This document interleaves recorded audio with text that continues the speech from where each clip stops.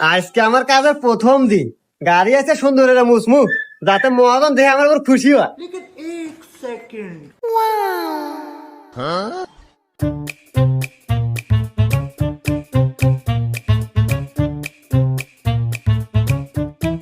Hello. হ্যাঁ রে, গাড়ি তো আমার একটা না, গাড়ি আমার 4-5টা। আর প্রাইভেট কার গ্যারেজে রাখা আছে, সকালে বৃষ্টি আসলে দিয়ে বাই করি নাই।